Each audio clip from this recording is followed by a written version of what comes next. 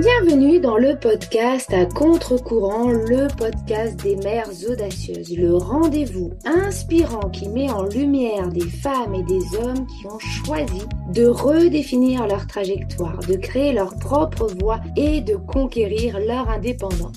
Je suis votre hôte, Nathalie Grimaud-Morvillier, et je suis honorée de vous accompagner dans ce voyage extraordinaire. Après plus de 15 ans en tant que salariée dans le domaine du marketing digital et après 4 discriminations à la maternité, j'ai décidé de prendre mon indépendance pour mieux profiter de mes enfants sans renoncer à ma carrière professionnelle. Avec la tribu digitale, j'aide désormais les parents à en faire de même. Dans ce podcast, à chaque épisode, nous vous présenterons des histoires captivantes de mères audacieuses, de pères engagés, mais surtout de parents déterminés qui ont trouvé le courage de se réinventer pour mieux concilier leur vie personnelle et professionnelle. Qu'il s'agisse de maman, de papa ou de famille, notre podcast est un espace où chacun peut trouver une source d'inspiration, de conseils et de perspectives pour embrasser un avenir empreint de flexibilité, d'épanouissement et de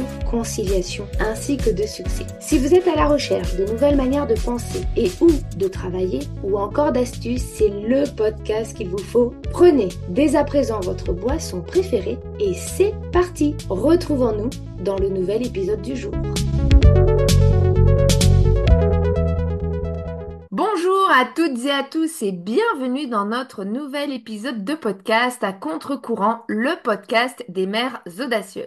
Pour ce nouvel épisode passionnant dans lequel nous allons comprendre comment il est possible de dépasser sa timidité pour devenir une entrepreneuse audacieuse avec un leadership extraordinaire, j'ai le plaisir d'accueillir Sarah, qui est notre invitée du jour et qui a vaincu sa timidité. Qu'elle traînait à ses côtés de longue date, elle s'est enfin révélée et elle va vous expliquer comment. Parce que comment on peut réussir à passer de la timidité à l'audace, de la peur à la prise de parole en public et à la mise en action. Pour échanger sur ce sujet, donc j'accueille aujourd'hui Sarah. Bonjour Sarah.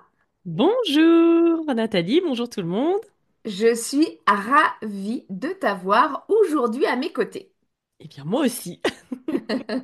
Pour commencer cette interview, est-ce que justement tu peux te présenter à celles et ceux qui nous écoutent?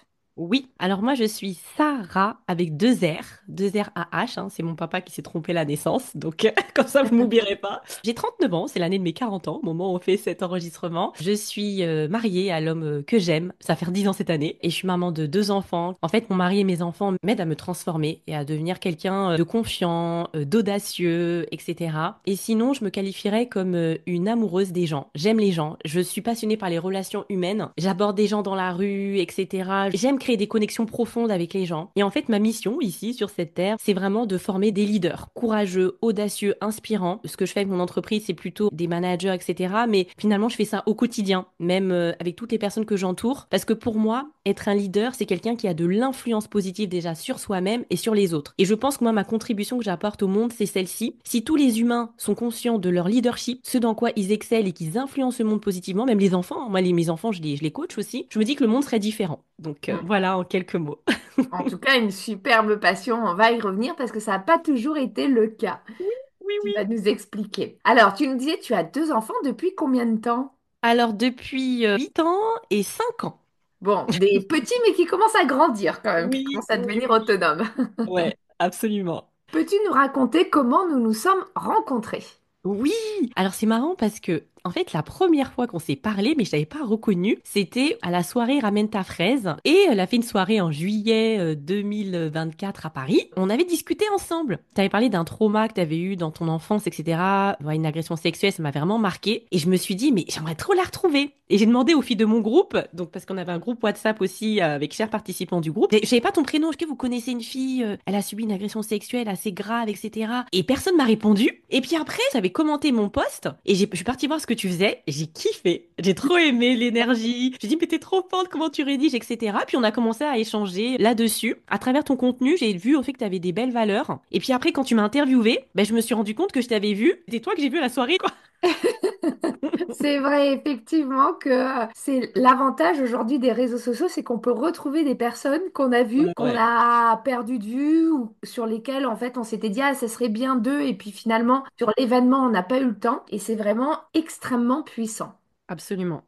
Si Ouais. tu étais une femme à impact connu, qui serais-tu, mais surtout pourquoi?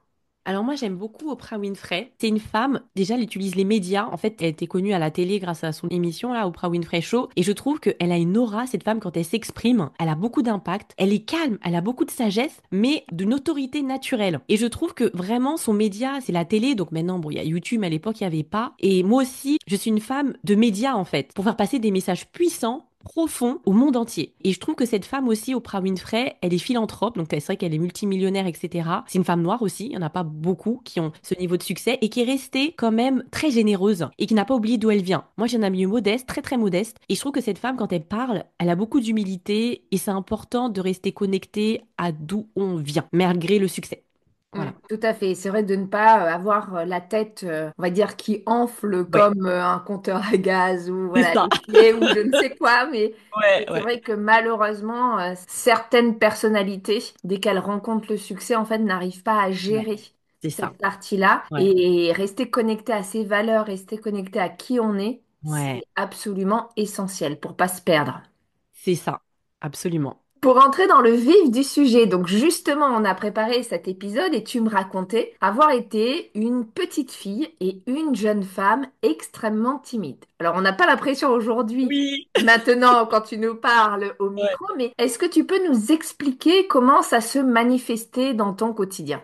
Alors en fait, je parlais beaucoup à la maison. Donc nous, on est trois filles, voilà, mon papa, ma maman. Et quand j'étais dehors, eh bien, je ne parlais pas. Là, c'est marrant parce qu'au moment où on fait cet enregistrement, hier, donc là, en ce moment, je suis chez mes parents et j'ai croisé ma maîtresse de maternelle. Donc voilà, elle s'appelle Christy, je l'ai croisée à Super U. Et du coup, je repense à ça. Donc c'était en petite section, ma maîtresse. Et c'était Sarah, c'était, tu me parlais de ta fille comme sage comme une image. Je ne disais absolument rien, je prononçais pas un mot. En fait, j'étais tétanisée quand j'étais en public, quand j'étais face à une foule, plusieurs personnes, je ne disais rien. Et au point même que ma maîtresse, enfin, s'est inquiétée, mais comment ça se fait que Sarah ne parle pas? Il pensait même que j'avais peut-être un retard mental, etc. Et après, ma mère, justement, quand elle racontait, mais ma fille, elle parle énormément à la maison, et bien du coup, ma maîtresse, et même les petits camarades, tout le monde était choqué. Et en fait, j'étais comme ça jusqu'au lycée. Ça a duré très longtemps. J'étais dans une région où il y avait très peu de noirs, il y avait quasiment que des blancs. Donc j'étais une petite fille toute maigre, toute fine, j'étais toute fragile. Bah, les enfants, j'étais harcelée quoi. Harcelée par les enfants, on m'insultait, sale noire, t'es trop maigre, tu souffres de la famine. Donc en fait j'avais tout ça aussi, je savais pas me défendre. Et donc j'étais là, j'étais en fait une cible très facile. Et en plus j'étais très timide. Donc après quand à l'école j'ai commencé à me faire harceler, c'était en maternelle, en primaire, ben j'en Mhm. parlais pas. Je parlais pas à mes parents. Donc ça a encore plus accentué ma timidité.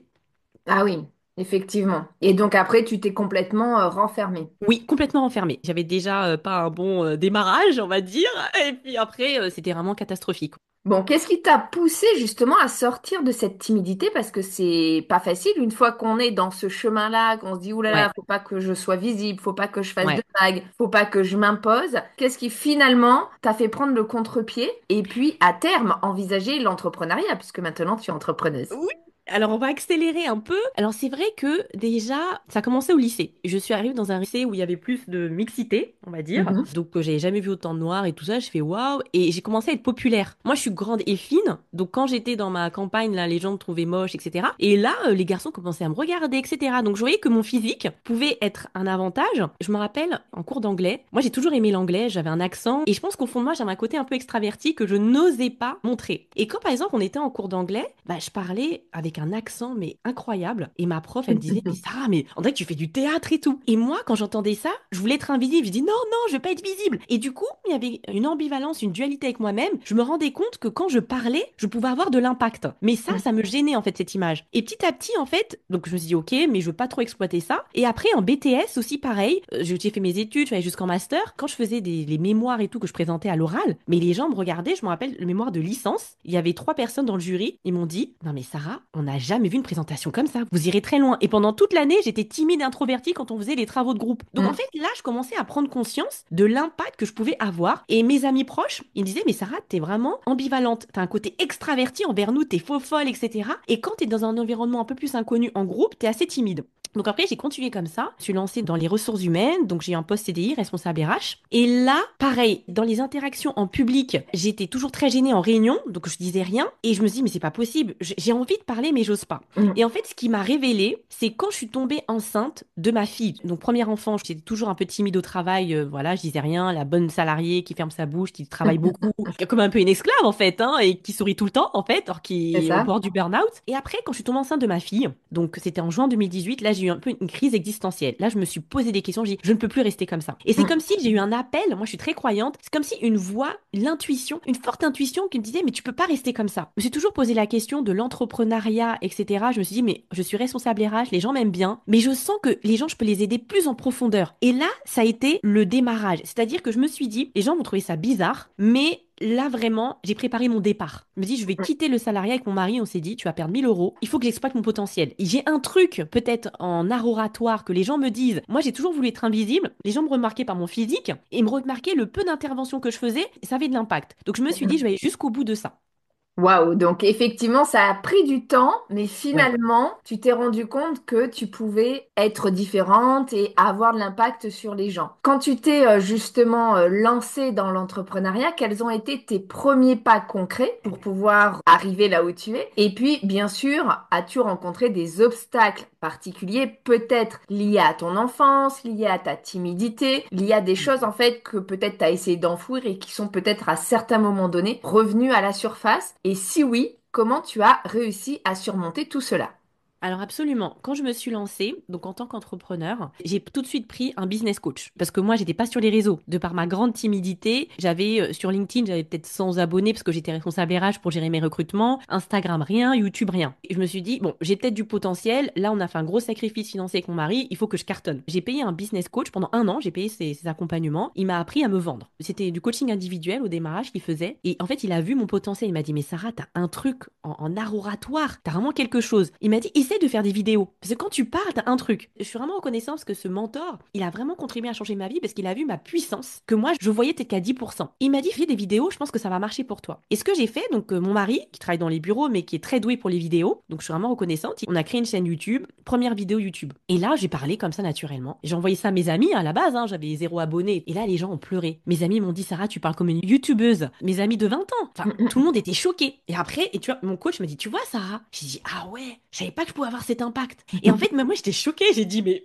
c'est quoi ce délire? C'est comme si, en fait, quand je parlais en vidéo, c'était une autre personne. Tout était fluide, etc. J'ai découvert que j'étais faite pour ça. Donc ça, quand j'ai vu l'impact que mes prises de parole avaient auprès des autres, déjà auprès de mon entourage proche, j'ai fait, mais c'est quoi ce délire? J'ai dit, mais ok, super. C'était LinkedIn, hein, ma première plateforme. Les gens qui me disent, mais Sarah, j'écoute tes vidéos. Franchement, mais laisse tomber comment ça change ma vie et tout. Mais moi, j'étais choquée. Je dis, mais on m'a jamais fait autant de compliments. Et en fait, et c'est vrai que petit à petit, je me suis lancée en tant qu'entrepreneur, mais en me disant, je me donne à fond, parce que je veux réussir. En fait, me prouver à moi-même comment j'ai souffert, comment on s'est moqué de moi quand j'étais petite. Moi, on m'avait dit que je pourrais pas avoir un master, que je devrais m'arrêter au BEP. On m'a toujours rabaissé, en fait. Et par les mots, quand je parle, ça peut changer la vie des gens. J'ai dit, bon, ok, je vais aller jusqu'au bout. Je dirais, les obstacles, se lancer quand on n'est pas prêt. Mon coach que j'ai pris pendant 1 an, il m'a accompagné quand même. Il me dit, Sarah, écoute, vas-y, fais des masterclass maintenant. C'est bon, tu fais des vidéos YouTube. Et là, je me suis dit, mais non, je vais pas faire des masterclass. Je pense que l'obstacle le plus dur, c'est que je me suis dit, ouais, ça y est, Sarah, tu parles, t'es forte, t'es hyper brillante. Et je pense que j'ai eu beaucoup d'orgueil. Je pense que je me la pétais parce que ma progression, elle a été fulgurante en tant qu'entrepreneur la première année. J'ai fait un chiffre d'affaires, chose incroyable pour quelqu'un qui débarque. Et là,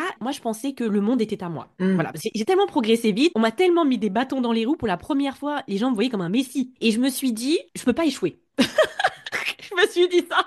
Je peux pas échouer, je suis trop forte. Et j'aurais jamais pensé ça, mais parce que j'étais pas prête à ce succès. Et en fait, ce qui a été compliqué, c'est qu'après de se dire, bah, tu fais des masterclass, il y a personne, il y a 2, 3 personnes, etc. Et de se dire, tu fais les choses, peu importe le résultat, tu donnes le meilleur. Et moi, après, j'étais devenue addict au résultat. J'ai dit, mais si ça cartonne pas, moi, je fais pas. Ouais, je comprends.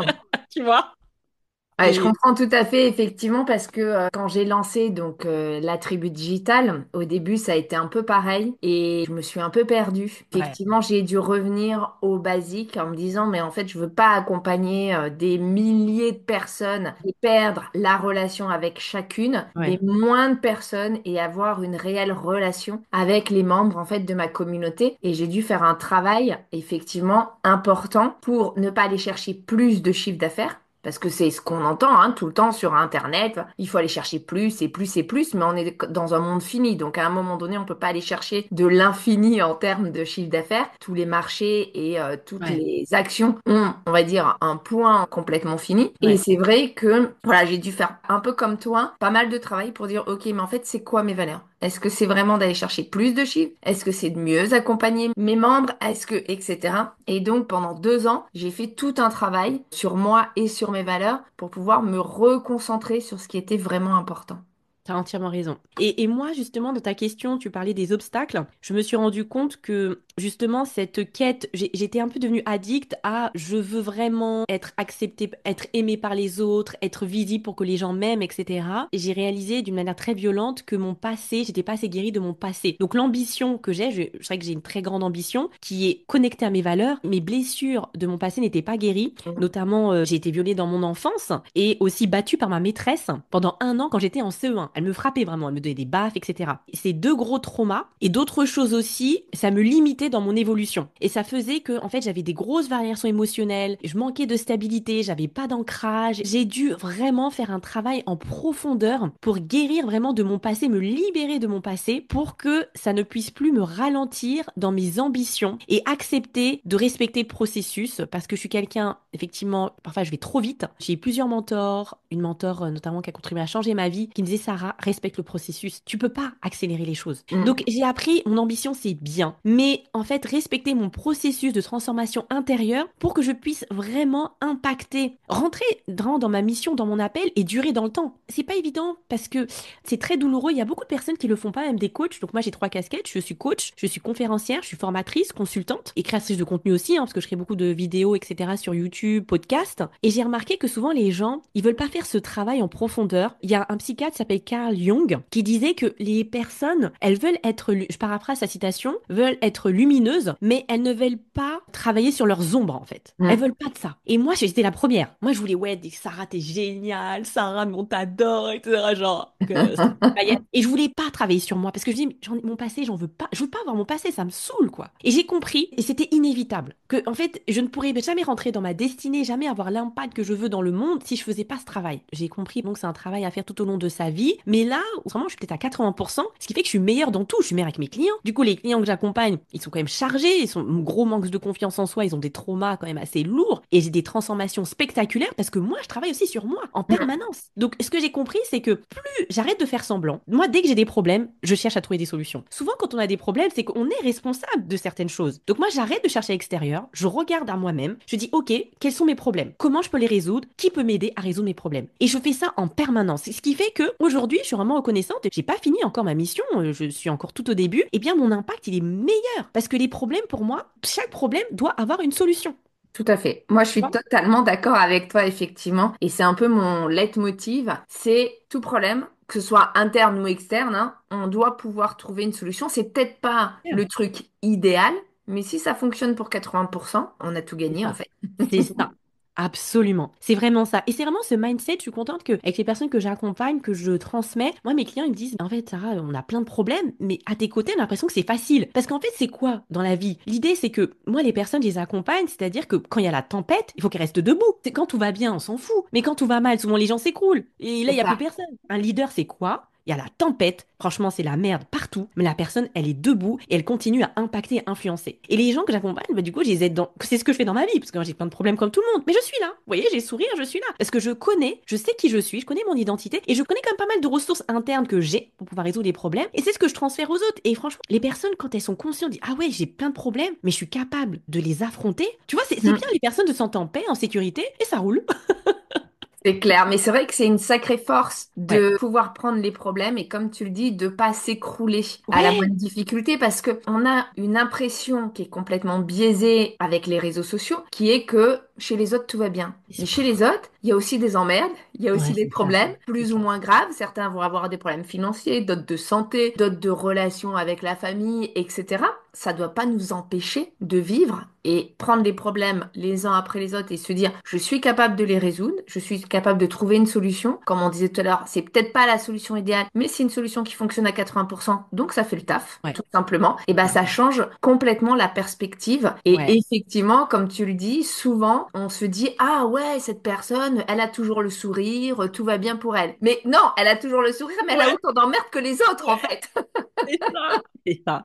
Mais t'as tellement raison. Et Nathalie, moi, c'était mon rêve. Je me disais, j'ai un très bon entourage. Tu vois, j'ai une de mes meilleures amies, elle a 61 ans. C'est ma mentor. On s'entend super bien. Elle fait super jeune. Elle a une joie comme toi et moi, alors qu'elle est plus âgée que nous. Et elle a des problèmes très lourds dans sa famille, etc. Et en fait, je suis contente parce que je suis très croyante aussi. Et je suis entourée de personnes qui ont des problèmes lourds et qui sont dans la joie. Et moi, j'étais la première à m'écrouler. Moi, quand j'avais un problème et tu me voyais pas pendant un mois, je pleurais, quoi. Tu vois, c'était c'est la fin du monde. C'est pour ça que l'entourage, c'est important. Quand Mm. j'ai vu les personnes de mon entourage, depuis que je suis entrepreneur, depuis 4 ans, j'ai toujours mes amis de 20 ans et qui avancent. J'ai même une de mes meilleures amies que j'ai coachée et tout. Et puis, j'ai refait des nouvelles rencontres. Et ces personnages, je me dis, waouh, purée, mais elles arrivent avec tous leurs problèmes à rester dans la joie. Donc, c'est possible. Et moi, je suis quelqu'un, dans mon profil de personnalité, je sais que j'ai besoin d'être entourée de personnes. Voilà, j'ai besoin d'avoir un entourage. C'est comme ça que je progresse. Et Mm. quand j'ai vu que ces personnes aussi, je dis, ok, elles y arrivent, ben moi aussi, je peux y arriver, en fait. C'est ça. Donc, c'est ça, ouais. Et c'est vrai que ça change la donne. Alors aujourd'hui, en tant que leader, comment est-ce que tu décrirais ton quotidien comparé Ouais. à tes débuts?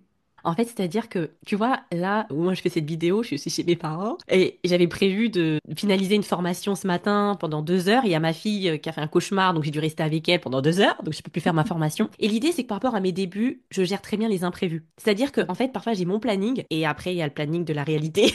C'est ça.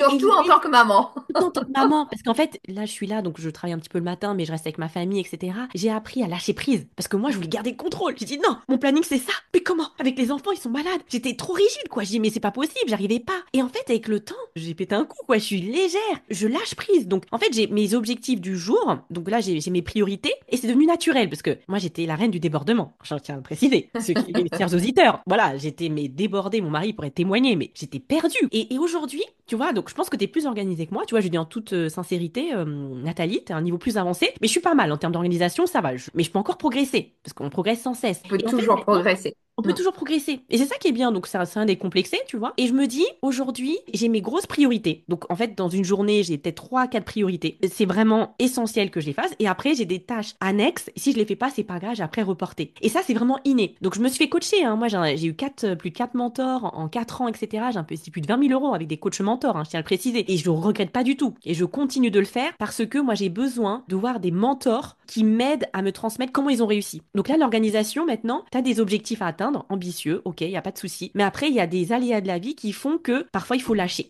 Tout à fait. Et te réorganiser. qui est essentiel. Ben, je vais te raconter une petite anecdote justement. Il y a à peu près un an et demi, j'organise un événement en plein mois de juillet avec les membres de ma communauté. Comme il fait beau, que j'ai un grand jardin, je leur dis, on va profiter de la journée, venez Ouais. avec vos enfants, j'ai la piscine, le truc, le machin. Voilà, on va discuter, etc. Et le matin même, je me lève, toute contente de pouvoir recevoir. Donc j'avais une bonne vingtaine ou quasiment 30 mamans, tu vois, qui venaient avec plus d'enfants, parce qu'en moyenne, elles D'accord. avaient toutes au moins 2 enfants. Et là, il tombe des trompes d'eau. Et je me dis, comment je vais faire pour accueillir toutes ces mamans, parce qu'on ne peut pas rester dans le jardin.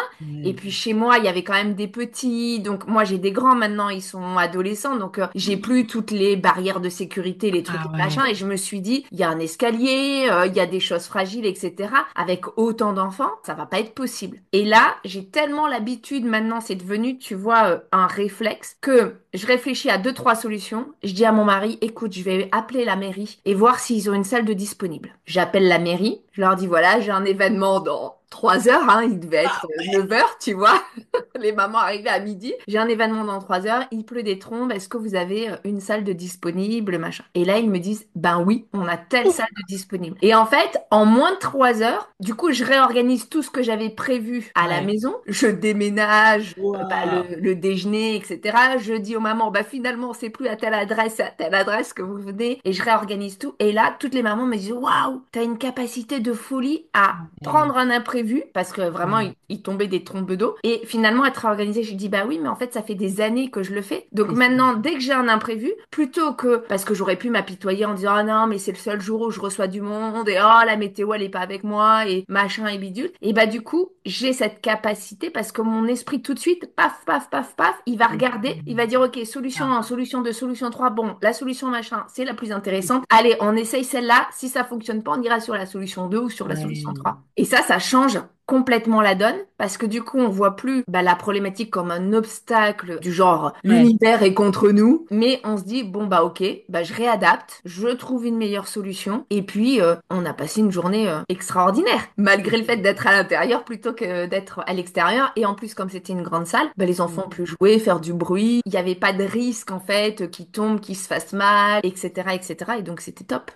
Magnifique. Ton témoignage est puissant. Moi, quand j'aurais entendu ton témoignage, et même le mien, il y a peut-être 6 ans, 7 ans, j'aurais dit non, mais je vais jamais y arriver, mais enfin, elles sont trop fortes, ces filles, je me serais comparée. Et avec le recul, en fait, ça vient par la pratique. C'est plus on pratique, plus on Exactement. devient meilleur. Et ça, moi, j'appelle ça, moi, je dis à mes clients, c'est le sport quotidien du leadership. Et comment pratiquer? C'est quand tu sors ta zone de confort. Tu sors Mm. ta zone de confort et un imprévu, tu fais quoi? T'as le choix. Posture de victime. Ah, c'est mal, j'en ai marre. Ou alors tu te dis, on essaie de trouver des solutions. Et ce qui est bien, c'est qu'en fait, notre cerveau, il est très malléable. Quand Ouais, on prend l'habitude de sortir de notre zone de confort, de faire face à l'adversité, trouver des solutions, on y prend goût. Et après, exactement. ça devient naturel. Moi, j'étais pas du tout comme toi, en fait, avant. Et maintenant, c'est devenu une seconde nature. S'il vous plaît, quand vous avez des problèmes, essayez de voir dans votre entourage, vous trouvez-vous de personnes positives. Enfin, moi, c'est comme ça que j'ai commencé. Et essayez de trouver des solutions. Parce que C'est vous ça. avez des solutions pragmatiques. Et en plus de ça, quand tu fais ça, c'est un excellent exercice. C'est puissant pour booster la confiance en soi. Tu dis, purée, je savais même pas que j'étais capable de faire ça. Et après, la confiance que tu vas avoir en toi-même, en tes capacités, ne va pas dépendre des autres. En fait, tu veux dire, c'est moi, je sais ce dont je suis capable. Que les Mm. gens m'aiment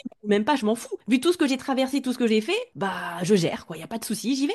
Exactement. Et c'est vrai que c'est ce que je dis souvent aux membres de ma communauté. Il y a qu'en pratiquant, il y a qu'en entraînant son cerveau. Moi, je leur dis souvent, le cerveau, c'est comme un muscle. Vous C'est faites clair. pas de sport, bah, en fait, vous avez pas d'abdos.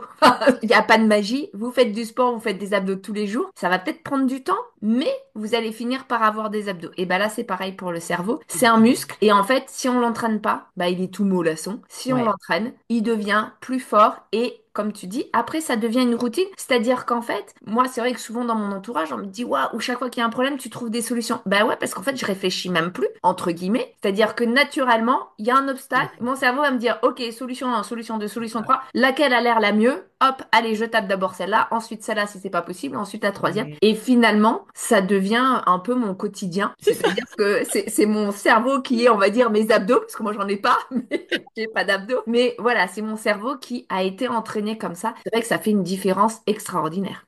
Absolument. Je dis un grand oui à ton partage que je valide également. Toi, en plus, avec maman de 4 enfants, en effet, vaut mieux être comme ça. Alors, quels seraient les conseils que tu pourrais donner justement aux mamans qui nous écoutent, qui se reconnaissent peut-être dans le portrait très timide que tu nous as fait au début et qui se disent justement, ah ouais, non, mais moi, je suis pas comme Sarah, je vais pas y arriver. Alors du coup, déjà, c'est vrai, c'est pas se comparer aux autres, parce que moi, j'ai des clients qui ont un profil de personnalité qui sont assez réservés. En fait, le problème, c'est que la timidité, là, c'est bloquant parce que ça veut dire qu'on a peur des interactions sociales. Donc Mm. l'idée, en fait, c'est de faire des petits pas à chaque fois. Par exemple, une cliente là qui a fini mon programme, elle gardait tout pour elle, en fait, tout ce qui allait pas au boulot, etc. Et en fait, je l'ai appris à affirmer, à dire ce qui n'allait pas auprès de sa manager. Et elle l'a dit petit à petit, et après, finalement, elle était même devenue meilleure dans sa communication. C'est-à-dire que moi, je vous invite à dire ce que vous avez sur le cœur. En fait, si les personnes qui regardent sont salariés, entrepreneurs, quand vous êtes timide, vous gardez tout pour vous et vous Mm. n'extériorisez rien. Donc commencez dans votre famille, etc., à vous dire, ok, j'affirme ma position, je ne suis pas d'accord et je vais le dire. Et quand vous allez dire ça, c'est que vous allez partager un point de vue qui est différent. Vous allez partager un point de vue qui est différent, c'est pas pour que les autres disent c'est génial ce que tu dis, c'est pour vous vous habituer. Et en fait, ce qui va se passer, c'est qu'au départ, vous n'allez pas très bien parler. Ce sera peut-être pas très clair. Mais continuez à le faire. Affirmez votre position. Parce que ce qui se passe, j'ai une de mes clientes qui est assez réservée et elle me disait, ouais, en fait, ce que je me rends compte quand je parle, c'est intéressant pour les autres aussi. Et vous allez y prendre goût parce que les gens vont vous poser des questions, etc. Donc commencez par faire ça à chaque fois. Dès que je suis pas d'accord ou dès que j'ai une opinion différente, je le dis. Moi, quand je faisais ça, c'est que j'avais des réactions physiques violentes, hein. J'ai la peau noire, mais ça se voit même quand on rougit, quand on est noir un peu. Enfin voilà, j'ai la peau noire mais un peu claire de peau. Parfois, j'avais des sueurs froides quand je devais parler, etc. Donc en fait, vous allez avoir des réactions physiques violentes si vous êtes vraiment très timide comme moi je l'étais. fait. Mais n'arrêtez pas, parce que après, à la clé, quand vous allez commencer à parler, ces réactions physiologiques vont partir. Et souvent, les gens, quand ils ont des réactions comme ça, ils ont les mains qui tremblent, ils s'arrêtent. Ils C'est pensent vrai. qu'ils vont rester comme ça tout le temps. Mais non, je vous assure, une fois que vous allez parler, et ben après, ces réactions vont passer. Il y a juste, moi, j'appelle ça une zone de turbulence à traverser. Et après, ça ira. Et après, comme tu disais, c'est la pratique. À force de faire ça, vous n'aurez plus de réactions physiques violentes. Et la timidité va disparaître. Attention, si vous êtes une personne réservée, vous resterez réservé. Par exemple, moi, je suis plutôt extravertie. Donc, j'étais timide et à la base, je suis extravertie. Donc, ok. C'est ok, vous n'êtes pas obligé d'être comme moi. Une de mes clientes, elle parle peu, mais elle est efficace. Et c'est son profil de personnalité, mais elle est plus timide. Mm, mm. Eh ben, merci pour ce conseil. Je trouve que c'est un excellent conseil. J'espère que ça aidera énormément de personnes qui nous écoutent. Pour finaliser cette interview que j'ai trouvée passionnante, est-ce que tu peux nous partager un moment dont tu es particulièrement fier, mais aussi en relation avec le sujet du jour, justement? Oui, donc moi je fais un événement par an. Donc l'année dernière, c'était en novembre. J'avais fait un événement. Il y avait quand même eu du monde, ouais, je pense une quarantaine de personnes. J'avais fait une conférence. Elle est assez jeune, ma maman, elle est en bonne santé, puis elle avait fait un infarctus du jour au lendemain. Le choc. Et cet événement, je l'avais invitée à ma conférence, elle était jamais venue. Et en fait, elle est venue avec mon père. Et vraiment, ça m'a vraiment touchée parce que quand j'ai parlé, donc mes parents, ils étaient là et parfois ils disent, mais ce que tu fais là, c'est un peu bizarre. Bon, je sais pas, ton boulot là, c'est space. Et j'ai vu dans leur regard, parce qu'ils sont pas très expansifs, mes parents, et j'ai vu dans leur regard, ils ont dit, ah ouais, t'as de l'impact quand tu parles, toi qui étais si réservé. Même dans leur expression du visage, quand ils me regardaient, quand je parlais, j'ai vu en fait une certaine fierté. Ce que je fais, c'est pas pour mes parents, hein, mais je m'attendais pas à ça. Et je me suis dit, purée, mais en fait, je viens tellement de loin. Et c'était un moment pour moi vraiment très fort. Là, je les ai fait venir après, donc dans tout le monde, et je les ai remerciés. J'aurais dit, écoutez, papa et maman, on vient d'un pays très modeste, vous avez quitté l'Afrique, etc. Moi, j'ai fait des études grâce à vous, et c'est grâce à votre sacrifice que je suis là. Les gens ont pleuré, hein. Enfin, moi, quand je fais des conférences, on passe du rire aux larmes. Enfin, je suis très authentique, et c'était un super moment. J'ai eu énormément d'épreuves avec l'entreprise, des choses lourdes, et je suis toujours debout. Et je me dis, je suis contente parce que j'ai un très bon entourage en fait. C'est ma famille, mon mari, toutes les personnes qui sont là. C'est vrai que parfois ils me disent, ah, Sarah, on en a marre, ton entreprise et tout. Mais je suis extrêmement bien entourée et j'ai beaucoup d'amour autour de moi et je suis reconnaissante par rapport à ça. Voilà. Waouh. Eh ben, merci pour ton partage extrêmement puissant et puis ton témoignage aujourd'hui que je trouve particulièrement inspirant et honnête. Tu nous montres justement qu'avec de la persévérance et une bonne dose d'audace, il est possible de transformer ses peurs en force et de passer de l'ombre à la lumière. Nathalie, juste dernier petit truc, un truc un peu fou aussi que j'ai fait, la grande timide, j'ai fait un discours dans le métro, les amis. Et en fait, tout ça pour te dire, c'est vrai que ça, ce genre d'exercice, il y a un psychologue qui s'appelle Christophe André, un psychiatre, pardon, et lui, à ses patients, il y a un exercice qui s'appelle l'exposition, c'est-à-dire, ouais, t'as peur de parler en public, peur des interactions, il les fait chanter dans le métro, les amis. Chanter dans le métro. Et qu'est-ce qui se passe? C'est que quand la peur, elle est à un très haut niveau, c'est ce qu'il dit à l'exposition, ça s'appelle, eh bien, la peur s'atténue. Et justement, moi, j'ai fait ce discours dans le métro, je flippais, j'ai vomi avant, j'étais pas bien. Et ce discours, j'ai fait pour moi, pour me dire, je ne dépends pas du regard des autres. Et c'était aussi une expérience, j'étais vraiment fière de moi, même s'il y a peu de gens qui ont écouté, etc. Mais peu importe. Ce qui est bon dans tout ça, c'est que on peut être timide et après ne plus l'être et ne plus dépendre du regard des autres. C'est la liberté totale, chers auditeurs. Voilà. C'est vrai, effectivement. Bah, merci pour ce dernier témoignage, cette partie de toi que tu nous as exposée. Et puis à toutes les mamans qui nous écoutent aujourd'hui ou qui hésitent à se lancer, qui hésitent à changer de voie, sachez qu'il n'est jamais trop tard pour oser et se révéler. Nous espérons que cet épisode vous donnera l'élan de croire en vos capacités et vous ouvrir de nouveaux horizons. Si cet épisode vous a aidé, n'hésitez pas à le liker, le commenter ou tout simplement à le partager à une de vos amies extrêmement timides. Qui sait, vous pourriez être à l'aube d'un changement radical. En attendant notre prochain épisode, je vous souhaite à toutes et à tous une très belle journée, après-midi ou soirée et surtout, prenez soin de vous.